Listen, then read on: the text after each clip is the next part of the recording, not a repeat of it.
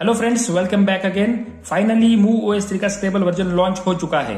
Almost सभी ओला users को ये अपडेट मिल चुका है और जैसे कि आप सभी लोग जानते ही हो कि हमारे पास भी रेड कलर की ओला S1 है और हमने अपनी ओला S1 में इस MuOS 3 के स्टेबल वर्जन को जमकर टेस्ट किया है।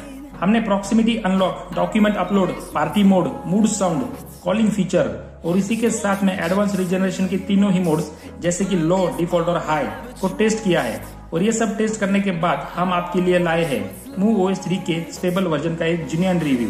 तो वीडियो को एंड तक पूरा देखें ताकि आपको पूरी जानकारी मिल सके। और एक बात, अगर आप चैनल पर नए हैं तो चैनल को लाइक, सब्सक्राइब और शेयर करना ना भूलें। तो चलिए फटाफट से वीडियो शुरू करते हैं।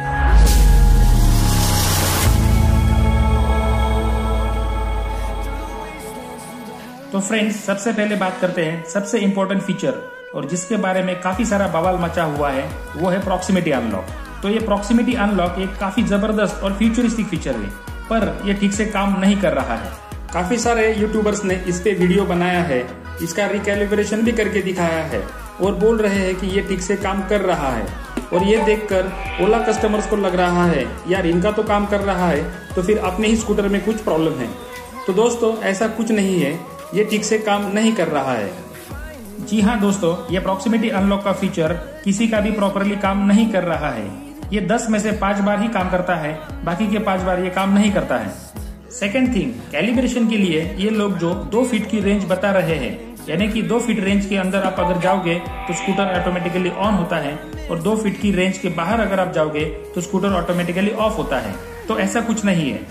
ये 5 फीट के डिस्टेंस से भी कभी कभी अनलॉक हो जाता है और कभी कभी आप स्कूटर पर 1 घंटा बैठे रहोगे फिर भी यह अनलॉक नहीं होता है। दोस्तों, मेरी ओला S1 में भी ये प्रॉपरली काम नहीं कर रहा है। एक बात आपने नोटिस की होगी, MuOS 3 का स्टेबल वर्जन तो आ चुका है, लेकिन ये जो प्रॉक्सिमिटी अनलॉक का फीचर है ये अभी भी बीटा वर्जन में ही दिखा रहा है। यानी कि ओला वालों को भी पता है कि ये प्रॉक्सिमिटी का फीचर प्रॉपरली काम नहीं कर रहा है, इसलिए इसे अभी भी बीटा वर्जन में ही दिखाया जा रहा है। आशा करते हैं कि ओला की तरफ से इस पर प्रॉपरली काम किया जाएगा और जल्दी ही इसका स्टेबल वर्जन कस्टमर्स को दिया जाएगा। तो फिलहाल के लिए आप टेंशन मत लीजिए, ये सिर्फ आपका ही नहीं, ये किसी का भी प्रॉपरली काम नहीं कर रहा है। फ्रेंड्स, नेक्स्ट हम बात करने वाले हैं ये स्क्रीन ऑटो ब्राइटनेस का फीचर कैसे काम कर रहा है इसके बारे में। तो बिलीव मी फ्रेंड्स, ये जो ऑटो ब्राइटनेस का फीचर है ये काफी जबरदस्त तरीके से काम कर रहा है। पहले हमें हर रोज डिस्प्ले सेटिंग में जाकर डिस्प्ले ब्राइटनेस को रात के टाइम पर डार्क मोड में और दिन के टाइम पर लाइट मोड में सेट करना पड़ता था, लेकिन ये अपडेट आने के बाद आप इसे ऑटो पर भी सेट कर सकते हो। तब ये ऑटोमेटिकली रात के टाइम पर डार्क मोड में चला जाता है और ऑटोमेटिकली डे टाइम पर ये लाइट मोड में चला जाता है। बीटा वर्जन अपडेट में ये प्रॉपरली काम नहीं कर रहा था। ऑटो मोड पर सेट करने के बाद भी ये रात के टाइम पर मैन्युअली ही इसे डार्क मोड पर सेट करना पड़ता था, लेकिन स्टेबल वर्जन के अपडेट में ये प्रॉब्लम सॉल्व किया गया है और अब ये एकदम प्रॉपरली वर्क कर रहा है। मैं पर्सनली इसे ऑटो मोड पर ही सेट करके रखा हूँ, तब ये ऑटोमेटिकली रात के टाइम पर डार्क मोड में चला जाता है और डे टाइम पर ये लाइट मोड में चला जाता है। नेक्स्ट फीचर है पार्टी मोड का। ये फीचर एकदम प्रॉपरली वर्क कर रहा है। बीटा वर्जन अपडेट में भी ये फीचर अच्छे से काम करता था और स्टेबल वर्जन में भी एकदम प्रॉपरली काम कर रहा है। ओला यूजर्स इसे अपने अपने तरीके से एंजॉय कर रहे हैं। कुछ ओला यूजर्स इसे बर्थडे पार्टी के तौर पर यूज करते हैं, तो कुछ ओला यूजर्स इसे ड्राइविंग के टाइम पर यूज कर रहे हैं। तो ये भी एक काफी अच्छा और काफी एंजॉयबल फीचर ओला की तरफ से दिया गया है। नेक्स्ट फीचर है दोस्तों डॉक्यूमेंट अपलोड का। इसमें आप अपने डॉक्यूमेंट्स जैसे कि ड्राइविंग लाइसेंस हो गया, इंश्योरेंस हो गया या व्हीकल RC हो गया, इसे आप अपलोड कर सकते हो। बीटा वर्जन अपडेट में ये प्रॉपरली वर्क नहीं कर रहा था। यहाँ पर हम अपलोड तो कर देते थे, लेकिन ये स्क्रीन पर प्रॉपरली डिस्प्ले नहीं होता था। लेकिन स्टेबल वर्जन अपडेट में ये एकदम प्रॉपरली वर्क कर रहा है। मैंने भी अपने स्कूटर में अपने डॉक्यूमेंट अपलोड कर रखे हैं और ये प्रॉपरली डिस्प्ले भी होते हैं। नेक्स्ट फीचर है दोस्तों एडवांस रीजनरेशन का।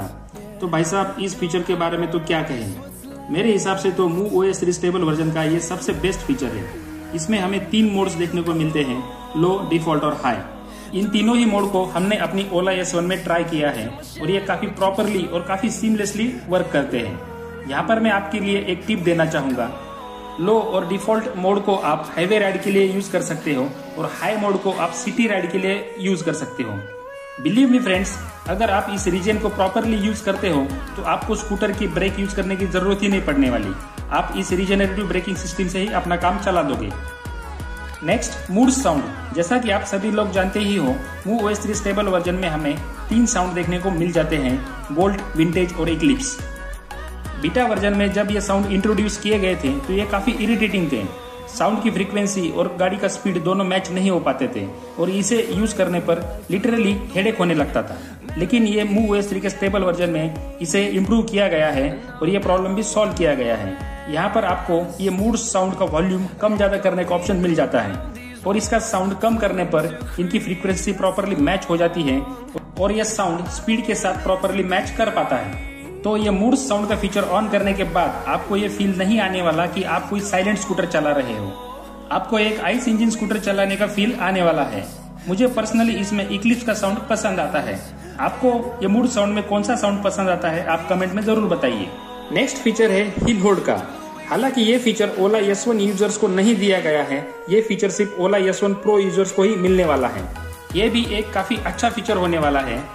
अगर आप किसी ढलान पर गाड़ी रोकते हो तो आपकी गाड़ी आगे की ओर स्लाइड होने लगती है और अगर आप चढ़ाई पर गाड़ी रोकते हो तो आपकी गाड़ी पीछे की ओर स्लाइड होने लगती है।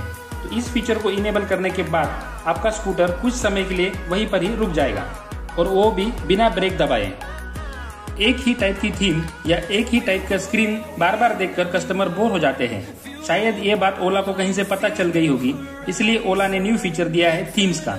इसमें आपको 3 टाइप के थीम्स ओला के स्क्रीन पर देखने को मिलते हैं। तो आप अपने हिसाब से थीम चेंज कर सकते हो और स्क्रीन को एंजॉय कर सकते हो। तो ये तो था थीम्स का फीचर, ये भी प्रॉपरली वर्क कर रहा है। नेक्स्ट दोस्तों, हाइपर चार्जर। हाइपर चार्जर तो जगह जगह लगने ही वाले हैं, लेकिन आपका स्कूटर भी हाइपर चार्जिंग को सपोर्ट करना चाहिए। तो MuOS 3 के स्टेबल फीचर में आपका स्कूटर को हाइपर चार्जिंग का सपोर्ट मिल गया है, यानी कि अब आप अपने स्कूटर को हाइपर चार्ज कर सकते हो। तो इसकी वजह से आप लॉन्ग राइड पर बीच में कहीं पे भी स्कूटर कम टाइम में चार्ज करके आगे के राइड के लिए निकल सकते हो। तो ये भी एक काफी बढ़िया फीचर है और ये भी प्रॉपरली वर्क कर रहा है। नेक्स्ट, MuOS 3 के स्टेबल वर्जन में डिस्प्ले स्क्रीन पर भी थोड़े बहुत चेंजेस किए गए हैं। यहाँ पर आपको बैटरी परसेंटेज के साथ में रिमेनिंग रेंज भी देखने को मिल जाती है।